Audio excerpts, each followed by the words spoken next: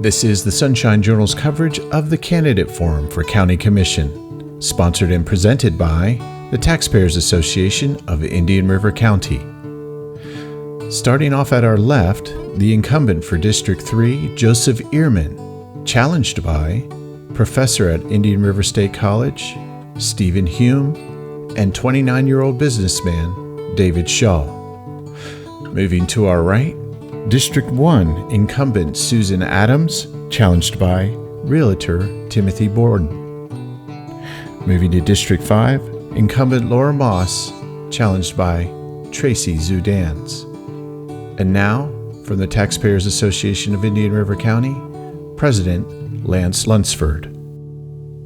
We will begin the debate or forum with several logistical announcements. I'm pleased to be joined by Taxpayer Association Vice President Jad Shaloub, who will be our timekeeper. And for the candidates, just so you know, 30 seconds, Jad will wave his hand, and when time is reached, he will wave a piece of paper. So he is going to be our timekeeper for the forum.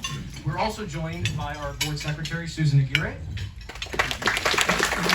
who will oversee the selection of any questions submitted by members of the public, and if we have time, we would like to randomly select some of those questions and present them to the candidates. Obviously, we have 7 candidates, so the questions are going to be less than the typical form, but we want to provide all the candidates with the opportunity to answer these questions, and so we will adjust the number of questions based off of time. We want to be respectful for all of you all here. With that, we are going to start on this side. We're going to simply have it be down the line. So Joe Earman is going to begin with the first question. Tracey Zudans will end with the first question, and then first and foremost, it will be Stephen starting, going this way, ending with Joe, and so on and so forth. So for the candidates, it should be a very easy process to understand how this works. We will, of course, pass the microphones accordingly. So, to begin, we will begin with opening statements. Please introduce yourself. Tell us why you're running for the Board of County Commissioners, why you are the best candidate for your district, and the chief thing you wish that you could accomplish during your term on the County Commission. We will start with Commissioner Joe Earman. Let's pass the mic.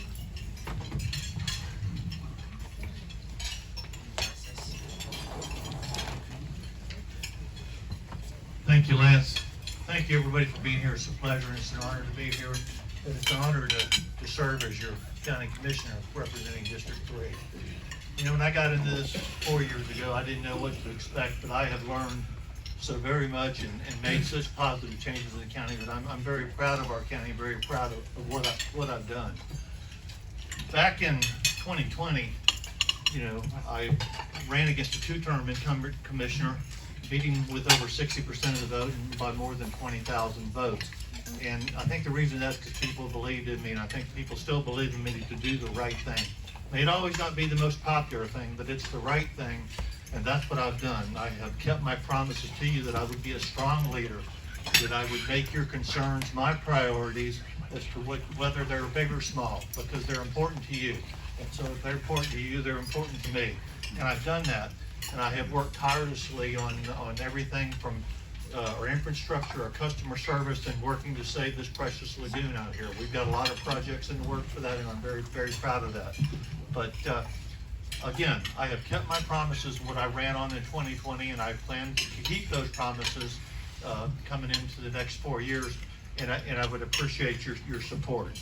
But being a commissioner has been great. Being a commissioner, if you don't know, and I'll give some advice to our candidates, not necessarily Commissioner Moss or Commissioner Adams, but running for county commission is political. Being a county commissioner is not. I never deal with anything, whether it's Democrat or Republican or independent. It's about somebody's drainage. It's about their building permits. It's about setbacks. It's about roads. It's about their garbage collection. You name it, we deal with it. We deal with it every day.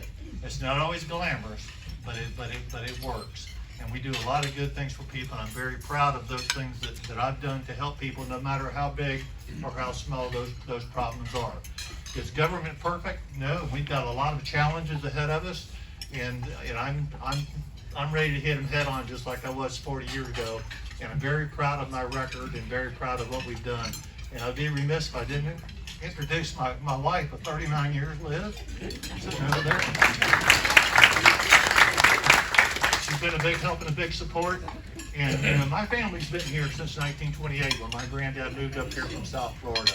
And I know how special this county is to me, and I know how special it is to you. and I'm going to do everything I can to keep it that way. And again, I would appreciate your support on August 20th, and I appreciate your friendship with many of you in the room, and I look forward to another 4 years of serving you, the public, because it's an honor and a privilege to hold this job and needed to treat it like one, and I think I do, and I think I do a pretty good job of it. So, thank you very much.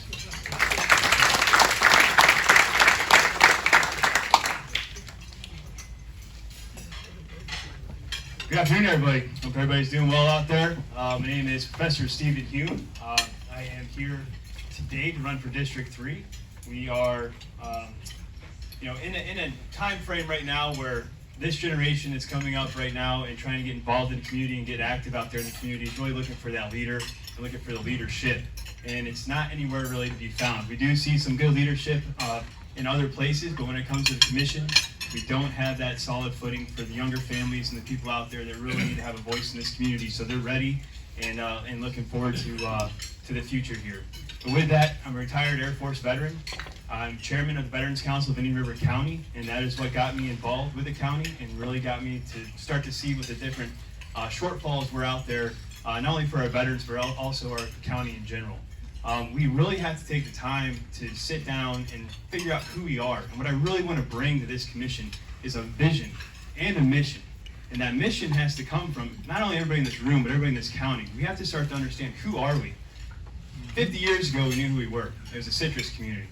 Now, who are we? What do we want to be? Where are we going? Is it going to be this way in the future, or do we have to make it that way and actually work? And I also want to bring passion back to this. We need to be passionate about this community. We need to be excited about the community. Wake up and get going and want to be proud Indian River County members of all different shapes and sizes, but make sure that we're all on the same page. When someone asks you, what does Indian River County represent, you can give a quick answer. And right now, I've gone across this county, I've canvassed, I've called, and everyone I've talked to has given me different answers, and no one can give me a straight answer. No one knows who we are anymore. We're a lost county. We need to find the mission, we need to find that vision. So let's all work together, let's get out there. When August 20th comes, I want everybody to think about 50 years from now, not 5 years from now, not 5 minutes from now. This is a big decision, because what's coming over the next 4 years, and I'm a cybersecurity professor at University of Kaiser, and also at Indian River State College. What's coming in the computing world with artificial intelligence and quantum computing in the next 4 years is going to change everybody's life. And we have to be ready here. And we know that we're not in a silo. We were hacked by Iran just a few months ago on Thanksgiving Day. The water system in Vero Beach was taken over, or not taken over, but actually hacked through a T-Mobile old school module. 30 seconds? All right. Anyway, so we're not in a silo, everybody. We've got to, play together, work together, but also we've got to make the right decision for the future of this county. So I thank you, and I'll look forward to the questions.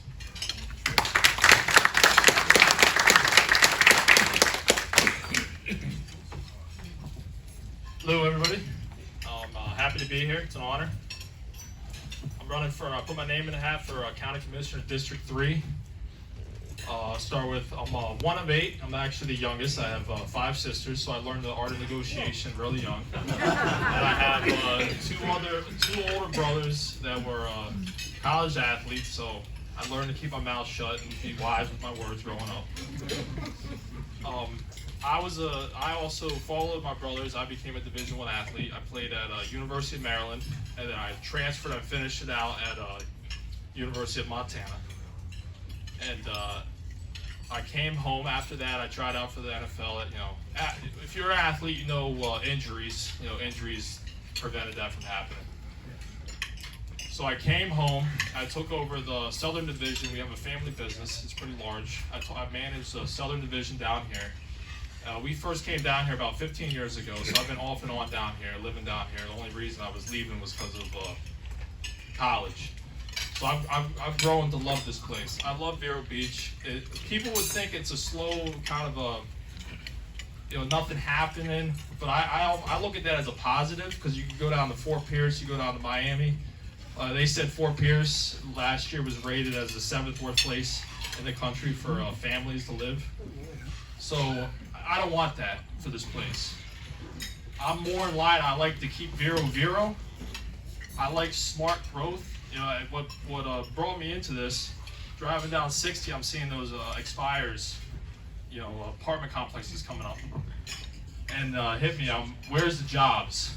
So my focal point is we need well-paying jobs here, so people could actually live comfortably here.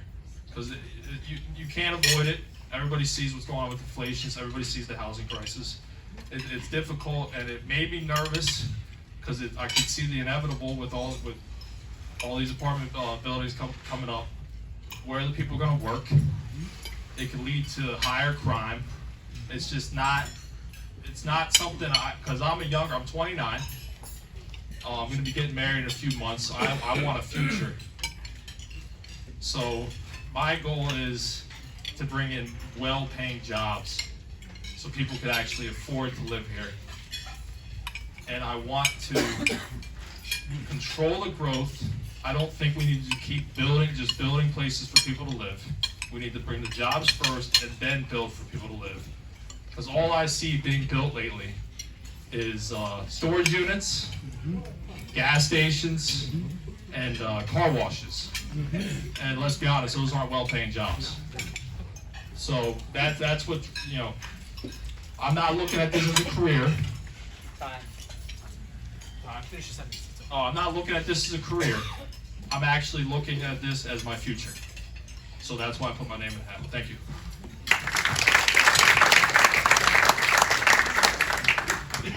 Hi, I'm Susan Adams, and first I'd like to thank the Taxpayers Association for putting this together. This is always one of the best forums for those of us that have gone through this a couple of times.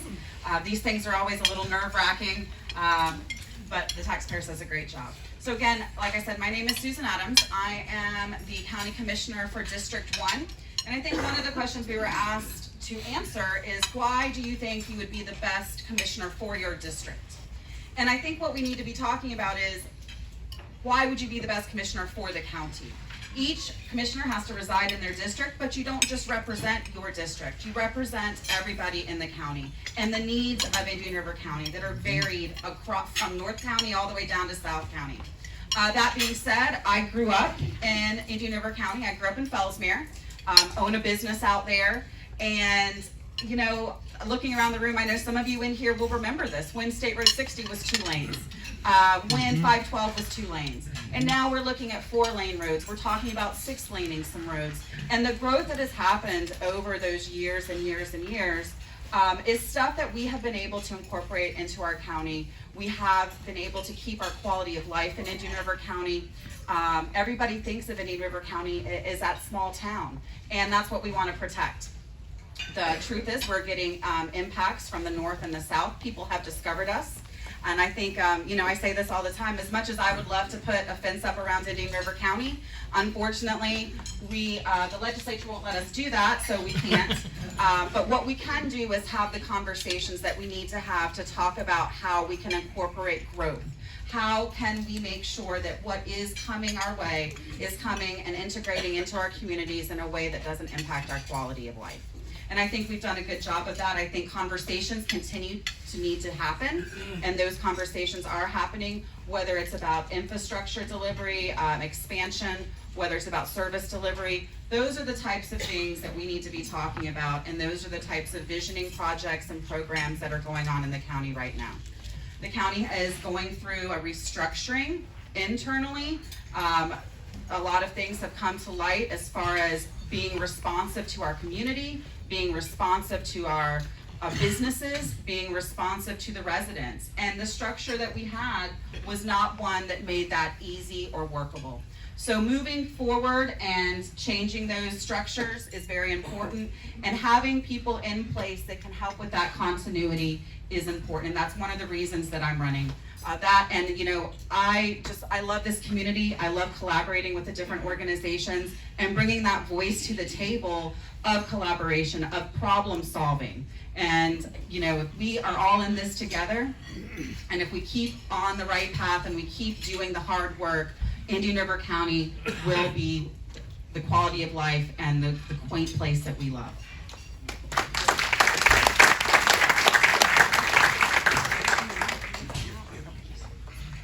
Good morning, good afternoon. It's a pleasure to be here today with the taxpayers of Indian River County. My name is Tim Borden. I've been married to my beautiful wife, Danielle, for 5 years. She's a director of nursing at a local nursing home. She's unable to be here today with staffing issues. I'm a proud father of 2 boys, and we're expecting a little girl come July. I'm the owner-broker of Treasure Coast Realty, and have been in the real estate business since I was 18 years old. I want to share what led me to Indian River County. I was born in Brooklyn, New York. One morning at 8 months old, my mother went to leave for a doctor's appointment, only to see her car had been stolen. 2 weeks later, my father leaves to go to work. In the same exact spot my mom's car was, my dad's car was stolen as well. A week later, I was born in the worst blizzard in the history of New York. Parents decided we don't want to raise our family here, and we don't want to raise our family here, so we moved to Sebastian. My father worked 3 jobs, and my mom worked full-time while trying to give us a simpler, safer, and better life. I graduated from Sebastian River High School shortly. After graduating, I started working for a real estate company. Those around me saw determination, work ethic, and drive, so they encouraged me to get my real estate license. I did, and I became a realtor. I hit the ground running. I was the first at the office each day and the last to leave.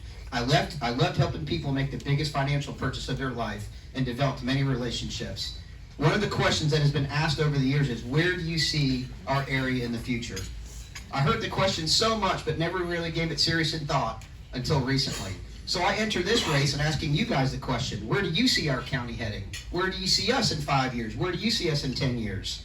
I have some major concerns. Our lagoon, the gateway to our community, is dying. The tourism, the business, and recreation it provides is the lifeblood to our community. Growth.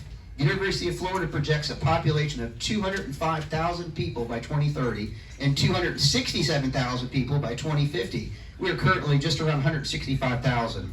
It will be the largest growth that we've ever seen over a 5-year period. The effects are quality of life, public safety, and need for infrastructure. The future is coming much faster than we anticipated. The question is, are we going to allow it to shape our future, or are we going to have the foresight to shape it? Workforce, senior housing, veteran housing. People cannot afford to work in the community and live in the same community. We're seeing more multi-generational living than we've ever seen. We must become more business friendly. Indian River County has been notorious for being unfriendly to small businesses. We need to cut the red tape and streamline the process so they don't give up and move their business to a different location. We must become business friendly. The county must have a business plan, and we must plan now. We must know these issues exist, and they are not, if not, they're already here. I have a vision and a plan for each one of these things to ensure Indian River County remains one of the best places to live and work while we keep the same nostalgia. I believe God has prepared me for such time as this.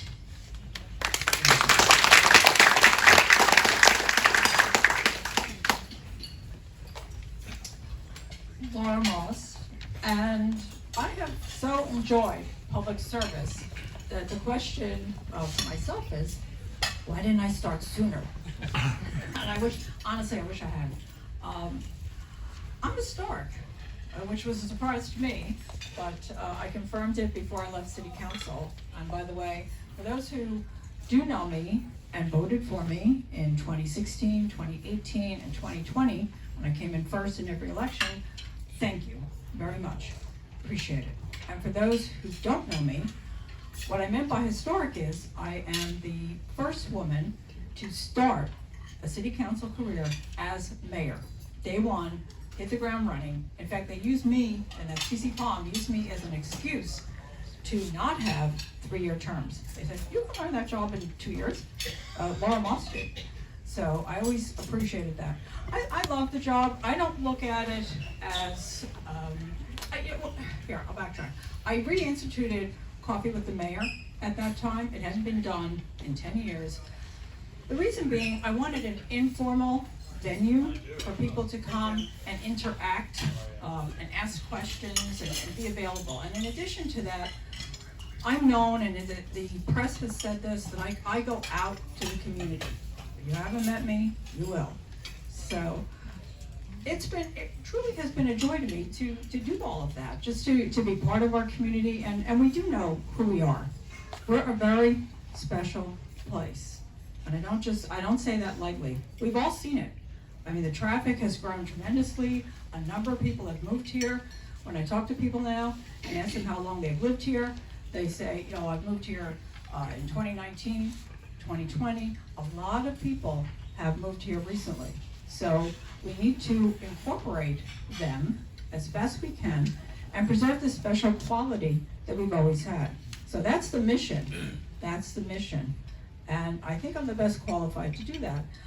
I don't, every time I've run, and I've run lots for city council, and this is my second time, this would be my second term on county commission. And a lot of times you see these postcards, and honestly, cover up the name on the postcard, the postcard promises, and see if you can tell the difference, okay? And that's not to slight anybody, it's just, that's why people don't like politics, And actually, that's how I got started in politics. Someone said to me, you should be in politics. And I said, I hate politics. And the person said, that's why you should be in it. I just like to get things done. I left on the table, and this was from Standard & Poor, internationally, and it's a write-up of the electric sale, FPL deal, back when I was the mayor.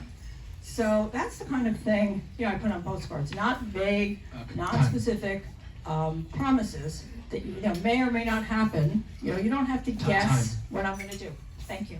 All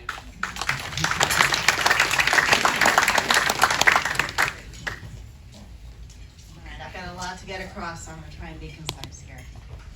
Thank you, neighbors, friends, and elected officials for being here today. I'm Tracey Zudans. If I haven't met you, like Laura said, you're going to meet me. I'm honored to stand here and be a candidate for Indian River County Commissioner with the primary election August 20th. I'm eager to bring a fresh perspective and a commitment to common sense governance in our beloved community. My commitment to Indian River County runs deep. My husband and I have been here for 22 years. We raised our 4 kids here, we've built a business here, and we've invested in our community. With a long background of community involvement and as a trustee on the Indian River County Hospital District and as a council member on the Vero Beach City Council, I've witnessed the challenges we faced and the opportunities that lie ahead. Today I'm here to share my vision for our county and why I believe I'm the right choice to lead us forward. My vision for Indian River County encompasses 5 key priorities: public safety, limited government, infrastructure, graceful growth, and protecting our natural resources. I believe in the power of effective and efficient governance. As your commissioner, I will advocate for policies that promote fiscal responsibility and limited government interference, allowing individuals and businesses to thrive. The most fundamental duty of local government is public safety. This is the reason that voluntary governments are formed in the first place. Without the promise of public safety, no civilized society would voluntarily give up their wealth. That promise must be delivered by government to justify its existence. This county commission approves the sheriff's budget, and it is my responsibility as county commissioner to hold the sheriff's department accountable. This is the most important duty of the county government, and I will make the duty my #1 priority throughout my 4-year term if you elect me. Strong infrastructure is the backbone of our businesses' success and our community's quality of life. From roads to bridges to utilities and technology, I will prioritize investments that enhance connectivity, support economic growth while ensuring stability for our future. Indian River County is experiencing growth, and it's crucial to manage it responsibly. Drawing from my background and experience, I understand the importance of managing large-scale projects like Three Corners and the $250 million hospital deal effectively. As commissioner, I will leverage this experience to ensure that growth in our county is both strategic and sustainable. Our natural beauty is a treasure that must be safeguarded. I am committed to preservation and protection efforts that enhance our beaches, rivers, and wildlife habitats, ensuring that they remain pristine for the next generations. I'm not here to promise quick fixes and easy solutions, but common sense governing requires dedication, collaboration, and a willingness to listen to all voices. Thank you, Mrs. Zudans. That is time. Thank you. Before we continue, I'd like to briefly apologize to 2 individuals on behalf of the Taxpayers Association. We are actually joined by 2 school board candidates, including Mr. Rob McCollum, who's running for the District 3 school board seat, and Mr. Kevin McDonald, who is running for the District 5 school board. as a brief note for those wondering how we've set this up in terms of seating, as one of the candidates mentioned, these three are running for the commissioner seat for District 3. Tim Borden and Zudans are running for the District 1 seat. Commissioner Laura Moss and Mrs. Zudans are running for the Commissioner 5 seat. And of course, the whole county votes, but that's based off of residency. So those are the candidates for the specific seats. Moving on, we will now go into the first question. For all these questions, the time limit will be 2 minutes to keep the ball rolling. Our association stands to foster a stronger democratic republic through achieving limited government that is focused on the delivery of essential government services. This means ensuring that the taxpayers of Indian River County face the lowest possible burden. We are, however, aware that rising national inflation is putting a strain on the cost of government services, even if everything is kept the same. How would you work to keep millage rates as low as possible while also holding our county accountable to the high-quality service our residents expect from their government? And this time we will start with Mr. Hume and continue onward in the same direction.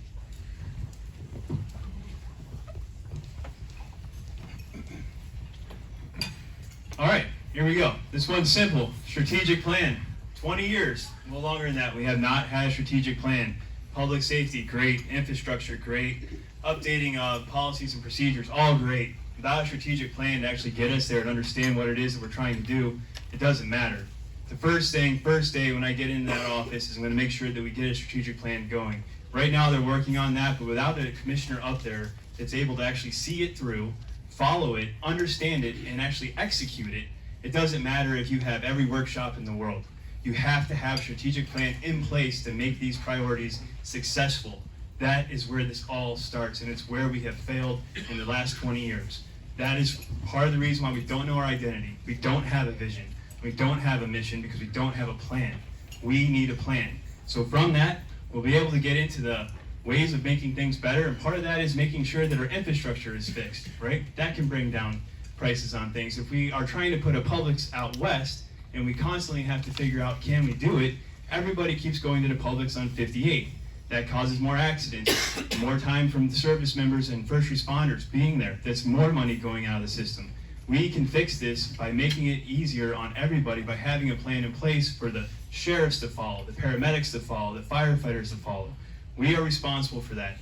Being a commissioner is like being the CEO of the county. You have to have that vision. You can't just go out and outsource it. It has to come from within.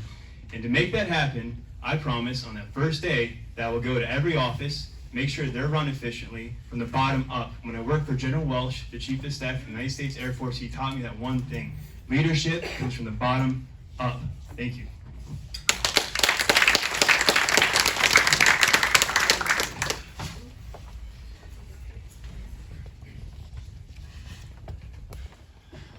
Look at that. It says physical. Mispronunciation on that. But our responsibility with where our money goes and lower the tax burden on our citizens. Now I look at the county commissioners gave over $400,000 to the Learning Alliance last year. That could have stayed in-house to be spent on. I'm going to give you an example. Our lagoon is poisoned. Over 300 manatees have died there, I think in 2022. And the one guy said its main thing is our septic is getting in there, because a lot of homes around here are still on septic tanks. And there was this guy he was on fixed income. He didn't have the money to hook to the septic, or the main septic line was run by his property, but it was going to cost him $6,000 to hook to that main septic tank, and he doesn't have the money to do it. Now I say that's our responsibility as a position of county commissioner. Control where the money flows instead of giving it to NGOs. Help our citizens and provide. Let's pay. Let's subsidize to hook him up to the septic tank. Not only does it help him, he's our citizen. We're all citizens here. It helps our lagoons and helps our county, because it's a beautiful place. You know, it was very sad to see, because the manatee population is very low to begin with, and they're dying left and right because of the pollution going on in our lagoons. And that's our job as a county commissioner, is the responsibility. It controls and governs the future of our county. So we put in place and build for our future. And I don't like where the money's going. I think it'd be more properly maintained. Sir, that is time. That is time. That is time? Yes, sir. All right. Thanks.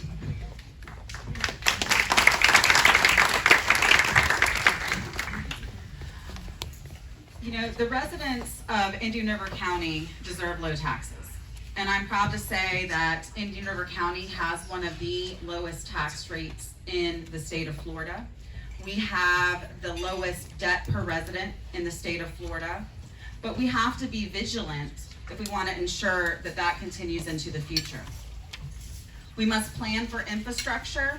You know, we're going to have to do some water expansions, septic to sewer conversions. That's all coming down to us from the state. And in order to make sure that we're able to keep our taxes low, we're going to have to start planning for those things now. We're going to have to start planning, we're going to have to start putting money aside so we can make sure that that infrastructure expansion happens in a way that's thought out and that is not going to catch us at the end. Not planning is going to lead to financial impacts and higher taxes. We must grow our economy and our businesses. Strong economic growth in Indian River County will equal a strong community and lower taxes. And we as government must get out of the way and allow that growth to happen. Lastly, I agree, a strategic plan is vital to ensure that we know where our dollars are going and we know what our priorities are. That's currently being worked on, and that will drive our budget decisions in the future. That will drive our projects, that will drive our infrastructure expansions and our service delivery. And if you don't have a plan and you don't know where you're going, you're not gonna get where you want to be at the end. And when you do finally find your way down that windy road, it's gonna cost you a lot more money in gas than it would have if you followed the map that you set out to from the start. And that's what we as a county are working on right now. And I think it's vital that we continue that work, we continue that growth, and we continue that planning so we do know where we're going and we can get there and we can continue to have the low taxes that we all enjoy in Indian River County. You know, the other way to keep taxes low is to raise your property value. And by having investments in things like the lagoon. Thank you, Commissioner Adams. Thank you. We'll be able to do that.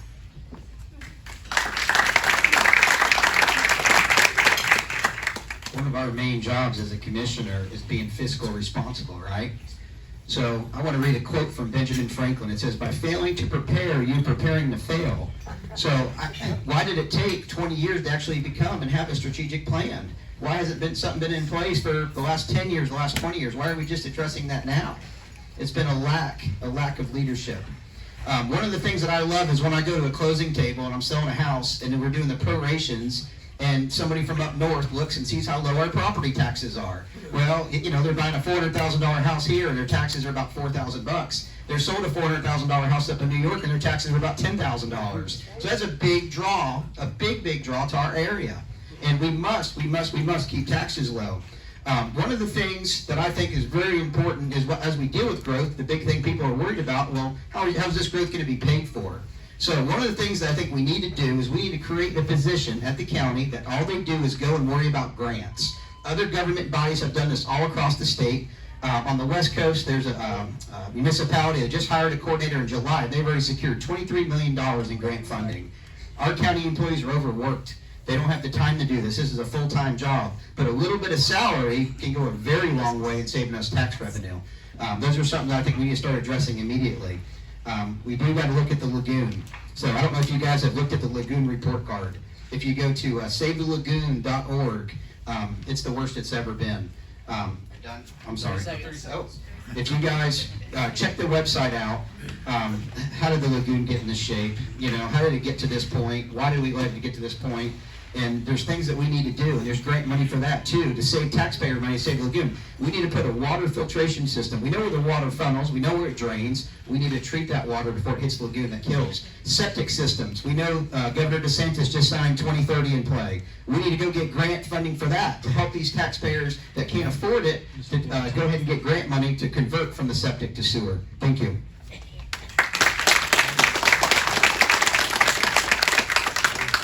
Fiscal responsibility.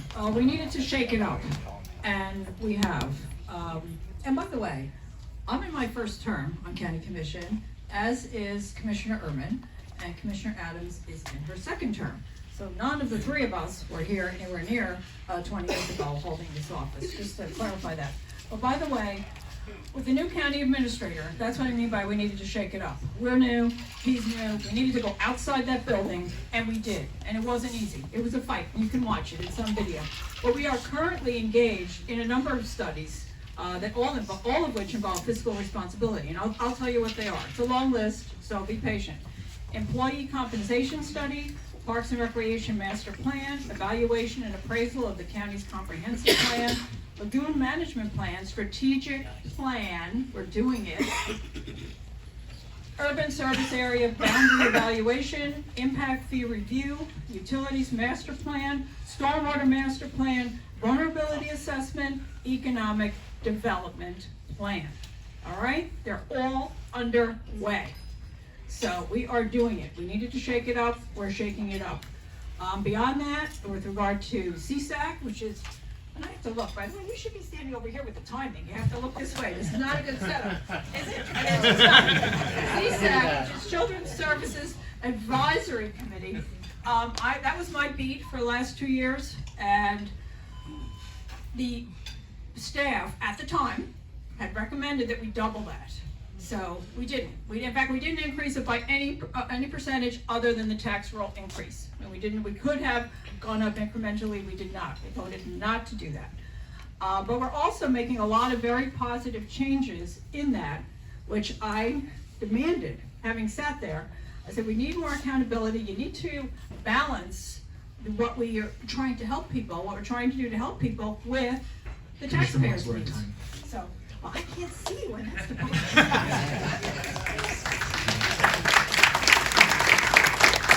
Again, one moment, our time. Did you want to say something? If the candidates could please just keep me within their line of sight while they're speaking, so they can see the 30-second warning.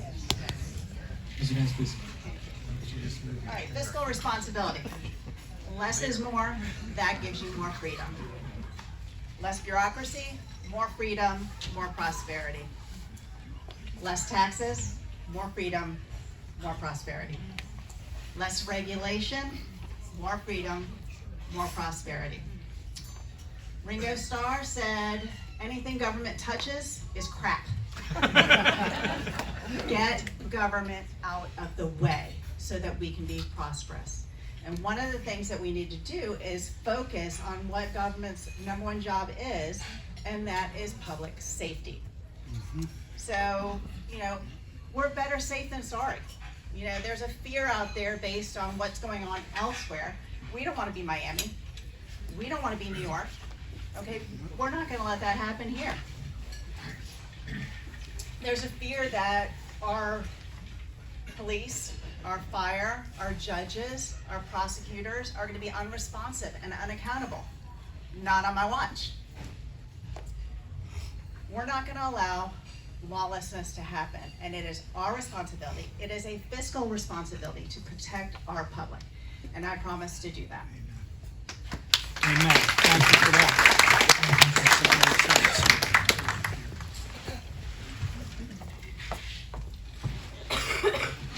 Thank you. Again, thank you for this question, and it's very important. The first thing you need government to do, the government must stay within its means. You have to stay with what you have. Everybody in this room has to stay within their means to afford what they do. Government has to do the same thing. But I can tell you that we have done that. Currently, your millage is 3.5475. Go to Martin County, it's double. Go to St. Lucie County, it's more than double. So, and I'd be remiss if I didn't thank our property appraiser for help on that too. But, you have to stay within your means, and any river county can do that, and we've done that. And we will continue to do that to show fiscal responsibility, yet grow with the county as the needs demand. That means we do need to improve our infrastructure. We do need to improve our roads, our water capabilities on how we deliver utilities and things that we do. Those are vitally important, and they cost a lot of money. The septic to sewer thing that you've heard mentioned, that's a different thing. The state has got to step in and help that, because in Indian River County alone, just to convert, we have over 30,000 septic tanks in this county alone. So imagine what the cost in that would be. But it can be done, but it's going to take time. You heard one of my opponents talk about a strategic plan. It's funny, that was one of the first questions I asked when I got elected in 2020. It didn't happen right away. And then when I became chairman in 22-23, we had a new county administrator we had to hire because our county administrator left. That had to change. But yes, if you don't have a plan, you're going to fail, and that's for sure. I can tell you that this county commission, between Commissioner Mosk, Commissioner Adams, myself, Commissioner Lord, Commissioner Fleischer, we may have our differences, but we work pretty good together on solving problems. And I think you can be proud of what we've done and where every county is fiscally. We're financially in great shape. We're probably in the top 5 in the state of being financially sound. And I think you should be proud of that. I know I am. Thank you.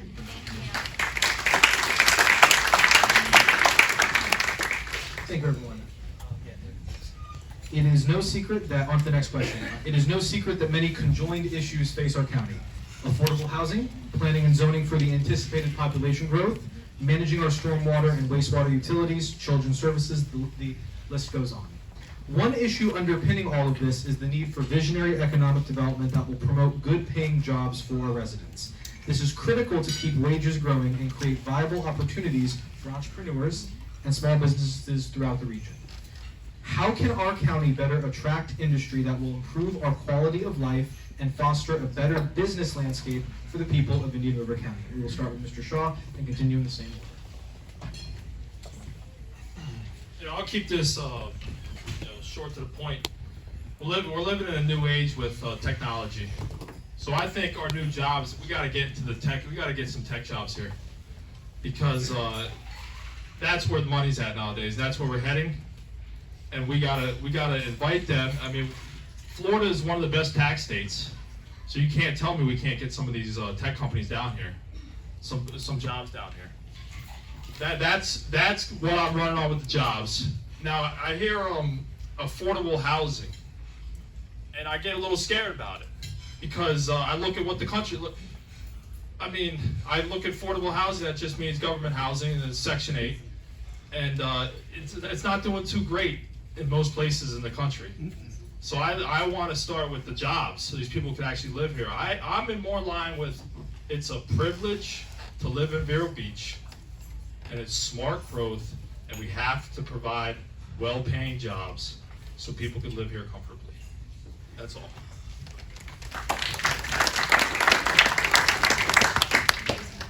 All right, how can our county better attract industry that will improve our quality of life and foster a better business landscape for the people of Indian River County?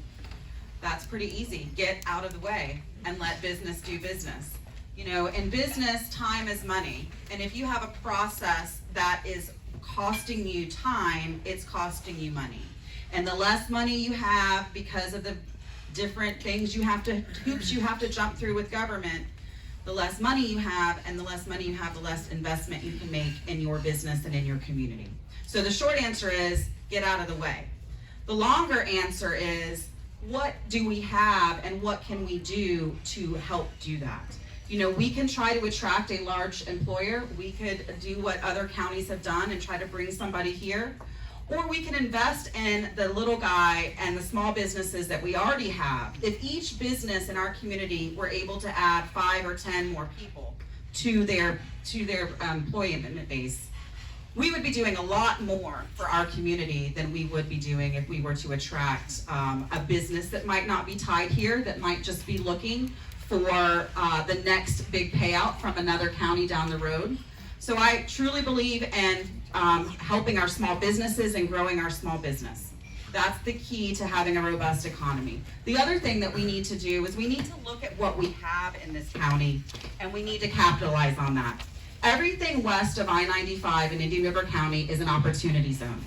An opportunity zone provides a lot of economic benefit for companies that want to grow, for entrepreneurs that want to invest here. The city of Fellsmere has done a great job with setting that up, but everything west of I-95 is available for that. And utilizing those things and the other tools in our toolbox that we have tax abatements, job grants, those types of things to grow our local businesses is the key to a better economy for Indian River County.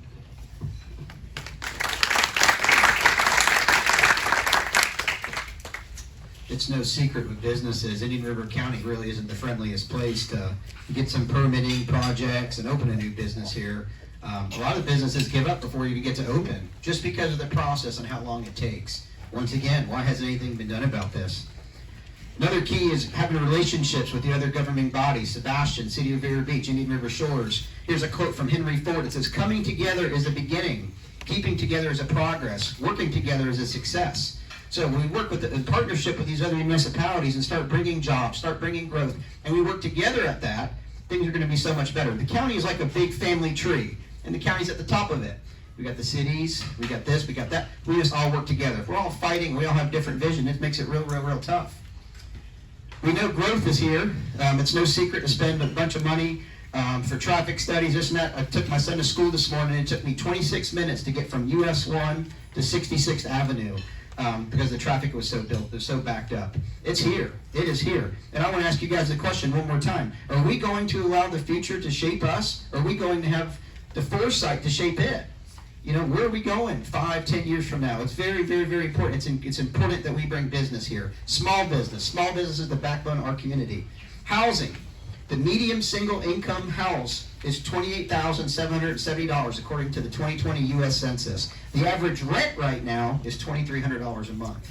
So we've got 18,000 veterans in our county right now. Many of them are homeless. We've got single moms. We've got seniors who are living with 3 or 4 other families just because they can't afford to live. We must have a plan. We must have a plan. Thank you.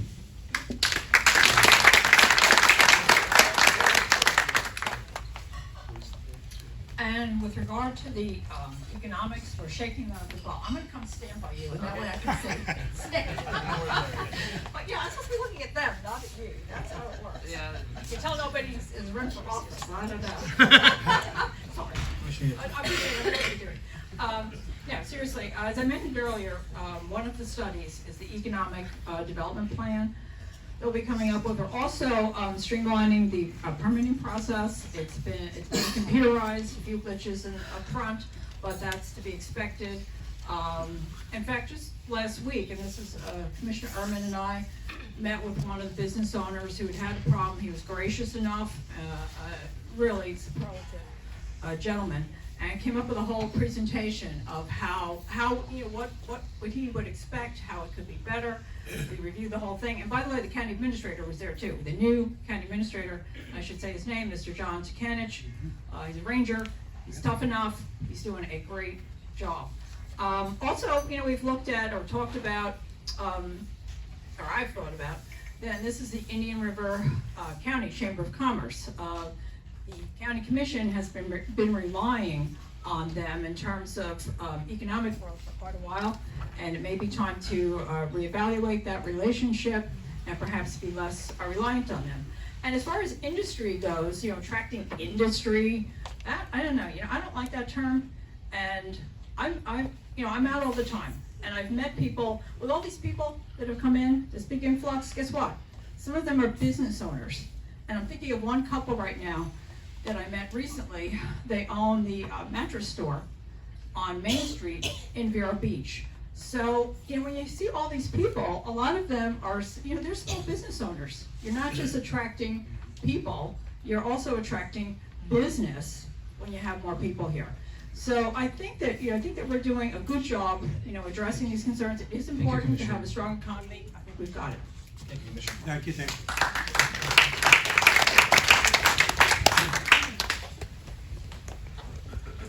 I think it all boils down to common sense.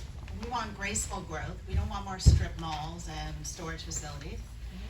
We need to focus, grow, and support our local businesses before we start handing out incentives and privileges and things like that to our bigger corporate industries that want to come into Vero Beach. We need to streamline the building codes and that entire department. That's a culture thing. There needs to be a culture change in that department. One hand needs to be knowing what the other hand's doing so that everybody's on the same page. That has to happen immediately, and it hasn't in the past. So on city council, if I'm getting phone calls about things that are going on in the county, I'm low man on the totem pole there, because that inefficiency and that toxicity and that way of doing business isn't working. And so if I'm at city council making phone calls to the county and meeting with county administrators, learning all of this. I was at that meeting that Joe and Laura were at, and I saw that whole process happen and unfold from start to finish. Double the time, double the money, and it shouldn't have been that way. We want to preserve Paradise and leave it as a natural legacy. That's our responsibility. We need to make sure that we are doing all the things that are important without getting government in the way. And that's the big thing. Change the culture, get government out of the way.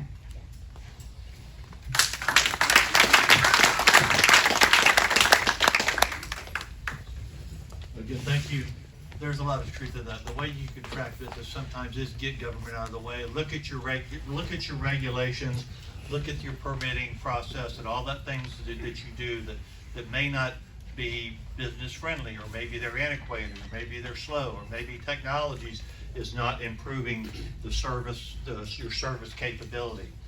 I can tell you from day one when I got in office, and especially now with our new county administrator, Mr. Kitanich, customer service has been made priority one in Indian River County. We do have to do better in things like issuing permits, doing engineering, things like that, attracting business. To attract business, we currently work with the Indian River County Chamber of Commerce, Elaine Castletime. She does a great job, but I think it's time to look overall, and we're doing that, looking at our economic development. What incentives are out there to attract business, and what incentives can make business want to come to Indian River County? People are moving here, but they're retired. Most of them are retired folks that did have a business. There's probably some connections there that we could tap into to make it happen. So we have to look overall at what we're doing. It could be everything from our land use, our comprehensive plans, and what we're doing. Do we have the zoning for a business to come in? They can get on our website just like you and I can to say, look, oh, they're putting an interchange out at 95 in Oslo. Well, right now that land's owned primarily is owned agriculture. You know, they're not going to look at that. We have to go through the process and all that stuff. Let's look at what we need to do with our zoning and those type of things in our land use, and let's get out of the way and let government do what government does best, but let business do what they do best.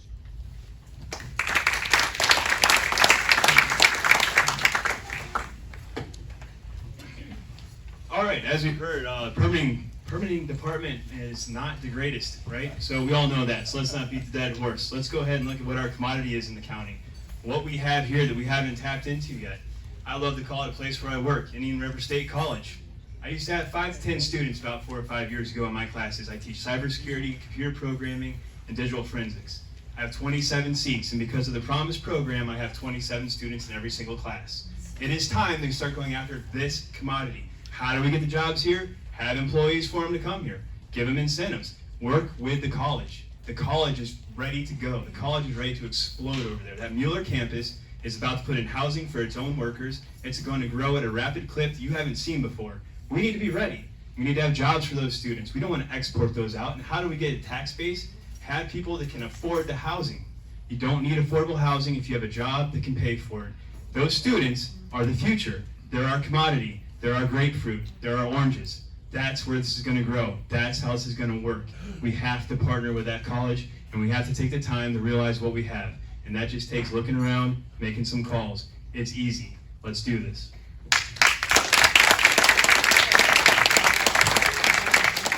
Thank you, candidates. And first of all, we appreciate you all understanding all the time. We obviously want to get this going. We currently will have feature one question from the audience due to time, and then candidates will have their closing statements. So we've randomly selected one question from the audience, and we are delighted to read the question submitted by Ms. Barbara Ruddy, and I'm going to read it verbatim.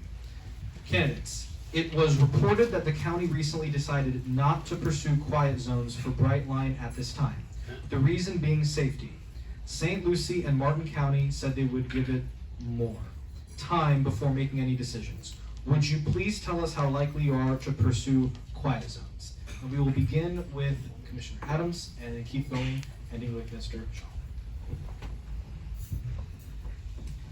Thank you. I think we made it pretty clear at that meeting that we were not likely to consider quiet zones in the future. Safety of our traveling public was foremost at the top of that conversation. And I think that it's important that we have in place those announcements, whether it is a train horn or not, or whatever, to keep our residents safe. That train is coming back through very quickly, and as we've seen in other areas where quiet zones have been implemented, some of those impacts literally have gone up, and that's not good and not what we want here. If there is some movement in the community, which I'm not hearing at this time, to change that, the county has the structures in place to do that without having it be a financial impact to the residents as far as the different upgrades that were done at our crossings. But at this point, I don't see that coming back. I think the decision was made. It was a pretty clear decision, and that's where we are on quiet zones.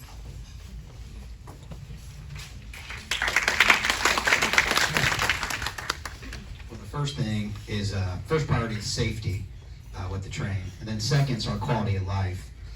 My real estate office is 100 yards away from the train. And trust me, we know when it's coming by the 30, 40 times a day, the building shakes, this and that. As we grow, as we say the stats, we're gonna grow approximately by 100,000 people in the next 20 years, 10 years.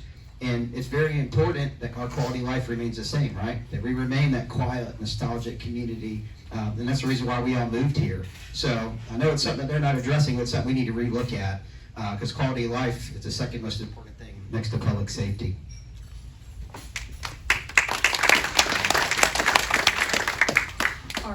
Our current quality of life includes rocket launches, which I'm told, throw people out of their beds.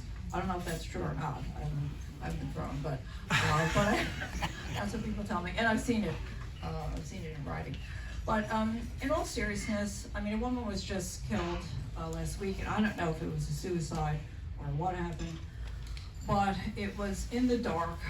I was 7-something, and I'm keeping an eye on you. It was 7-something, and she was killed. And you can't take that chance. It was dark, okay? And by the way, all of our meetings are recorded. You can watch this, okay? Go to indianriver.gov, watch the meeting. Because someone complained, well, you weren't prepared. Well, that was a presentation, and I asked if there was backup. And they weren't complaining about me, but they were complaining, county commission, you better prepare. But, it's easy to criticize when you don't know. And so go look at the agenda. There was no backup. It was a presentation. You can watch it yourselves. But, we asked a lot of questions, and there was a consensus that we can't risk someone's life over it. We just cannot do that. That woman who was killed, it was dark. One of the things that was suggested was, if you're going to have a quiet zone, we'll have signs up that will say no train horn. 3 words. Now, how likely is anybody going to see that, especially at night, okay? People don't obey the traffic signals right now, a lot of times. I've seen it myself. So anyway, do not risk escape.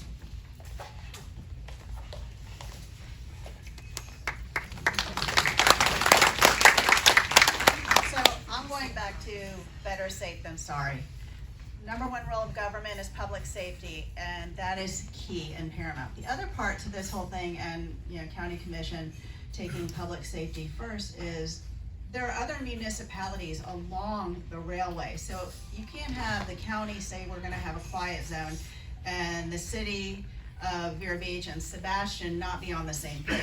I can hear that train horn 3 and 4 blocks away before it even hits the city of Vero Beach. So if it's quiet there, you're still gonna hear it when you're in a city or municipality. It's about public safety. And if there is a contingency of people that want a quiet zone and there's a flavor for it in the community, then bring it back up to county commission and let's have another dive deep into it. But public safety is first. Thank you.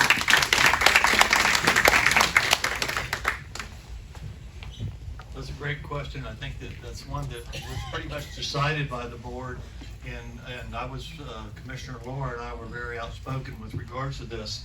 If you remember, I know a lot of this group, remember the county spent almost $4 million fighting Brightline to not have it even exist. Well, that was probably very, very futile from the very beginning, but at the time, the commissioners that were present thought it was a great idea, and I'm good with that.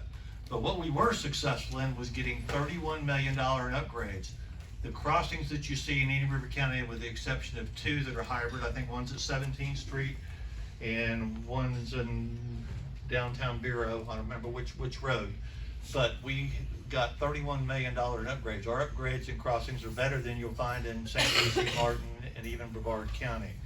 And that's very important. So we fought to do that and get $31 million in upgrades, and some folks were asking us to take a step backwards and not have train horns sound.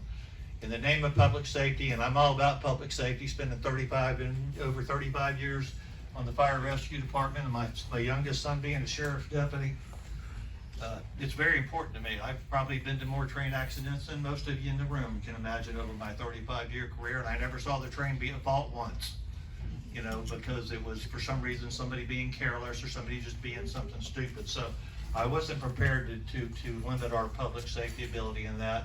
Maybe in the future it might be worth taking a look at, but not right now, not while I'm here, because I think public safety is number one.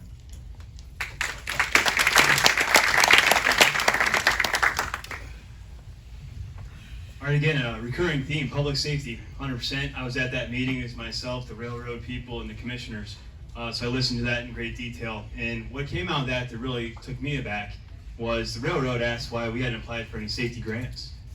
And that really took me to start thinking, why aren't we applying for grants? We're not applying for grants in multiple areas, but when you have the railroad there asking you, and the answer is, I don't know, that was kind of taking me back. Now, there was also another option they had talked about putting basically a blowhorn on the rail system. When it would come down, they would just go right to the car that's right in front of you. Problem with that was you would take on the cost at the county level, and they weren't prepared to do that at that point in time. And again, public safety did come out, and also the railroad did mention multiple times that basically if a bird flies by, you can blow the horn. So even though it's a quiet zone, there's a whole list of things that can still, allow the conductor to blow the horn. So again, same motif there, but where are those grants? Why aren't we applying for the grants for the Passovers? Why aren't we applying for the grants to get to the medical that's on the east side of the tracks? Why aren't we applying to get these things to give us a safety concern an answer? Right? We need to be able to get to the hospital. We need grants, we need money, we need a flyover. Let's get that done.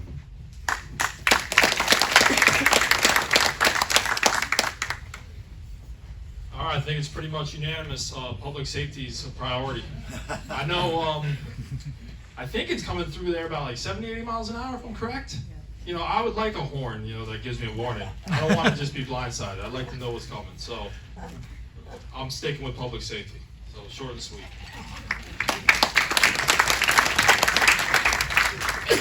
All right, we now are on to closing statements. And one thing that we reiterated as an association at our annual meeting was that in this county, beyond the effectiveness, we value dignity, we value honor, and we value civility in what we do, beyond just how we each do our jobs and fill our roles in the community. And so in our closing statements, we're going to ask the candidates, in your response, touch on how you will not only be effective at your job, but how you will further be a pillar of our community by inspiring the country on what public service ought to be. We will start with Mr. Borden, and then we will go around and end with Commissioner Adams.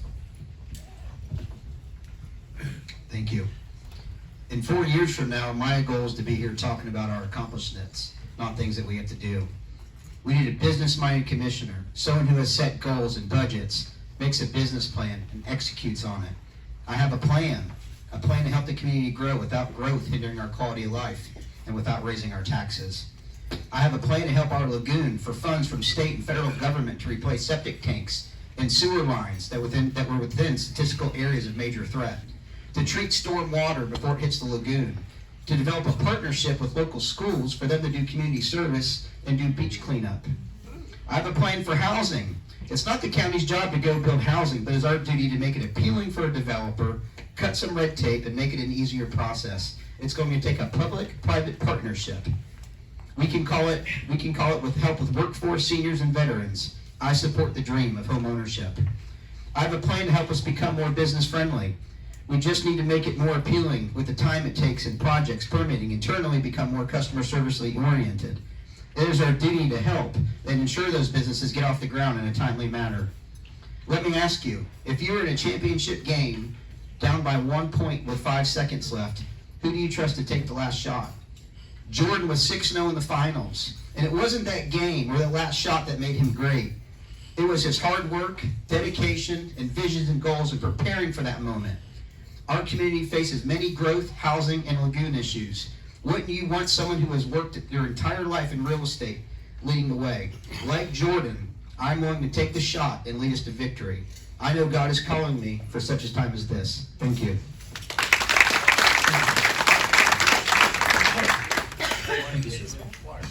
What's inspiring? That's a great question. What's inspiring? You know, issues change, budgets change, everything changes basically over time. What's inspiring? I want to tell you what I tell young people when I talk to them, and that's love of community and love of service. And here's what I tell them. I say, politics is not a dirty word, and if you don't control it, it will control you. So you want to pay attention, and that usually gets their attention. Who's going to control me? Well, politics will. So pay attention and be part of it. And what I stress to them, I never say anything negative to them. We're adults, we understand it's a big wide world and it can be negative sometimes, but I always say positive things, and I always encourage them to run for office someday. They don't have to remember who I am, but I hope they remember that message, because we're going to need local leaders. You don't have to run for president, you don't have to run for governor, and I tell them, I say, you can do wonderful things right here in your own community. If you love it, there is a true joy to be found right here. And it's very inspiring. I've spoken to quite a number of young people, and just 2 weeks ago, where was I? Buggy Bunch, Buggy Bunch. And there was a young lady there who said, you know, I know you. I said, oh, you do? Well, she was one of the children. It was now almost 10 years later. She said, yeah, and this is, gives me chills even right now to think of it. This is a small town that I love. It just comes back around, full circle, you know. If you want, and she inspired me. She said, I remember you. I didn't, you know, she's changed, obviously. She was a child, now she's a young lady. But like I said, I get chills just thinking of it. And she said, I remember what you said, and thank you for saying it. And that's, like I said, she inspired me.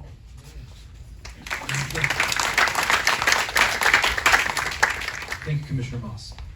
So first I want to say thank you everybody for coming out, and for the Taxpayer Association for doing it. This is probably one of the best forums that happens in our community, so I appreciate you all taking time out.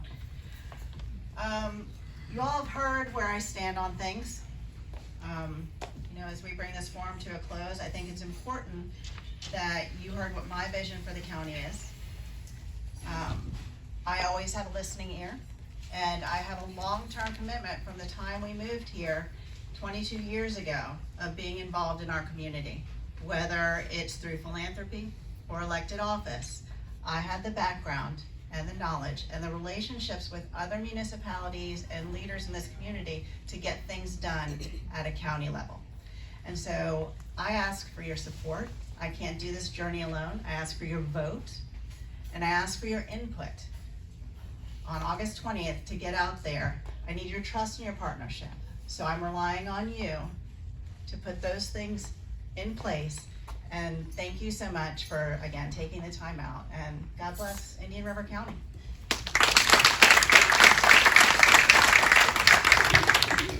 Thank you, Mrs. Zudans. Commissioner Earman. Thank you, Lance, and again, thanks to your board for this event. This is, Tracey, you're right, this is probably one of the best that I've seen, that I've been to, participated in the past and been to them, and this has been a really good program today, and it's much appreciated. There's a question, how you being effective at your job. I try every day to be effective at my job. I'm a guy that believes in answering emails right away, returning phone calls as soon as possible, and doing what needs to be done. I'd rather get something done in the beginning versus letting it stew and letting it fester and become a cancer on our county. Being a pillar of the community, I don't know. I hope I am. I hope I can be. I hope I can rise to the occasion. I hope all of y'all can too. I know I spent 35 and a half years of my career, and a good portion of it, inspiring young firemen that came up through the system to make themselves better, make a better organization, and make a better way of life for their family, and do things in this county for that purpose. So that's very important to me, and I think that's how you inspire people, is by your example, and by you're taking on self-responsibility for yourself in your everyday life, whether that's, you know, keep your house clean, keep your yard clean, to keeping yourself clean, and just being an overall better person in general, showing some self-responsibility. I think that's how you do it. But being effective in the job, again, I've said this before, and I'm not going to be bashful about it. I'm proud of what I've done so far as a commissioner, and just try to do the right thing. Not everybody's going to agree with me, but that's okay, because I believe as commissioner you elect me to try to do the right thing, and that's what it's all about. So again, thank you, and again, thank you, Lance. Thank you, Commissioner Earman. All right, so just want to jump back into just my core here is faith, family, friends, and leadership, right? Leadership is what it's going to take, and right now, everybody's talked about the lagoon a little bit, and I just want to hit on that for one quick second. As a leader, right now, I'd be asking why the seat at the Treasure Coast Water Management District's been vacant since June 19th, 2023.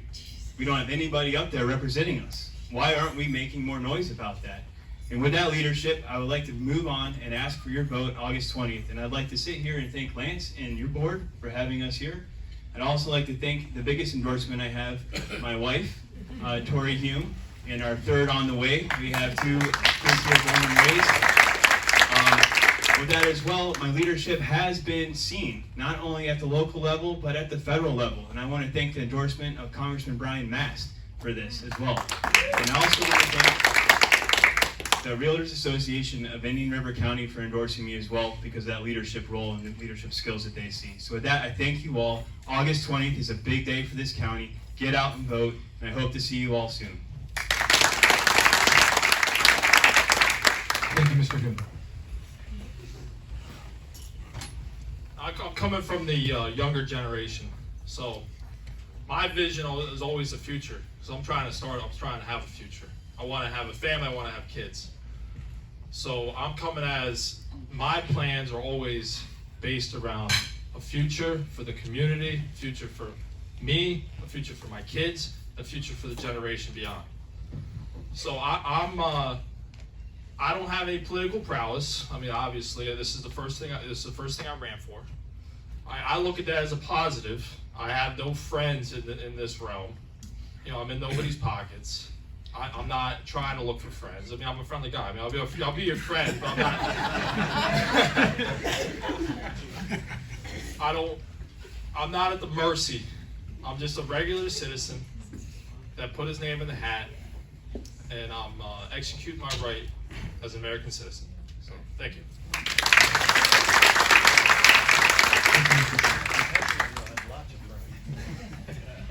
Thank you, and I'd like to thank the Taxpayers Association, also everybody in the audience for being here today. I appreciate it. You know, I'd like to end by just saying I have a history and a demonstrated record of collaboration, hard work, and getting it done. You guys you can look at any commission meeting, any city council meeting from when I was with the city of Fellsmere, and you can see what I've done and how hard I've worked. That record speaks for itself. Whether it's protecting our quality of life, working on sustainable growth issues, or continuing the work of restructuring, revamping, and visioning, I have that experience. I understand the perspective of the cities and the struggle of the counties and the frustration of our local businesses. I myself have been in all those roles. I'm dedicated to this community. This community is my home. I'm invested here. I'm raising my family here. I have a business here. And the success of this community is as important to me as it is to everybody else in this room, because the success of this community is the success of each one of them, each one of us. I'm dedicated. I will do the work. I will do my homework. I always do my homework. And working collaboratively with our community partners is the way that we'll make it in the future, whether it's with our constitutional officers, whether it's with our nonprofit communities, or whether it's with our advocacy groups. That collaboration and my record speaks for itself, and I appreciate your time and attention today. Thank you. Thank you, Commissioner Chair Adams. Well, folks, as we wrap up, there are two things I am very proud of on behalf of our association. The first is that we promised an absolute maximum of 145, and with 7 candidates, we didn't know if we would meet that threshold. We are finishing currently at 140, 5 minutes ahead of time. And so with all of these questions, we are very proud of the work of our candidates and our association. So give a big round of applause for them. I would also be remiss if I did not mention and congratulate and really recognize the Board of Directors for the Taxpayers Association. Obviously, we're joined by Vice President Jad Schlubin, Secretary Susan Aguirre, and you saw on the check-in our Treasurer Brad Newman. But if you are a member of our Board of Directors, please stand to be recognized right now for your role in this association.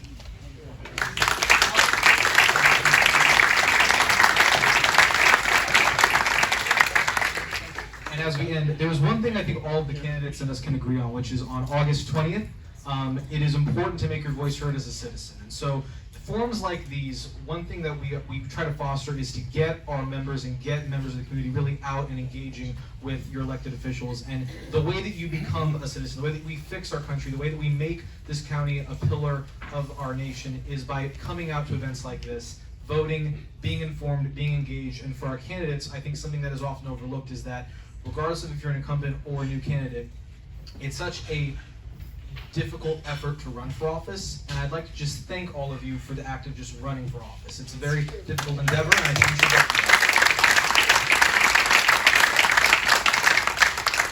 you should. We will ask all the candidates to just remain seated. We're going to try to get a photo of us all here, but as we end, I just want to say it's been a real privilege to be endowed by the trust of this community in this association. The fact that all of our candidates and the fact that all of you in our community trust the Taxpayers Association to host a forum like this, to have the power and influence to guide and lead our community in this way really is an honor, and it's an important task for us to be stewards of this association, stewards of this great county. And so I'll end by saying, may God continue to bless the taxpayers and citizens of this county, and let's congratulate ourselves on our first successful 2024 forum, and stay tuned because our next luncheon on April 5th will be our school board forum. So, we thank the candidates, we thank our citizens, let's remain for a photo. May God bless. Have a wonderful day.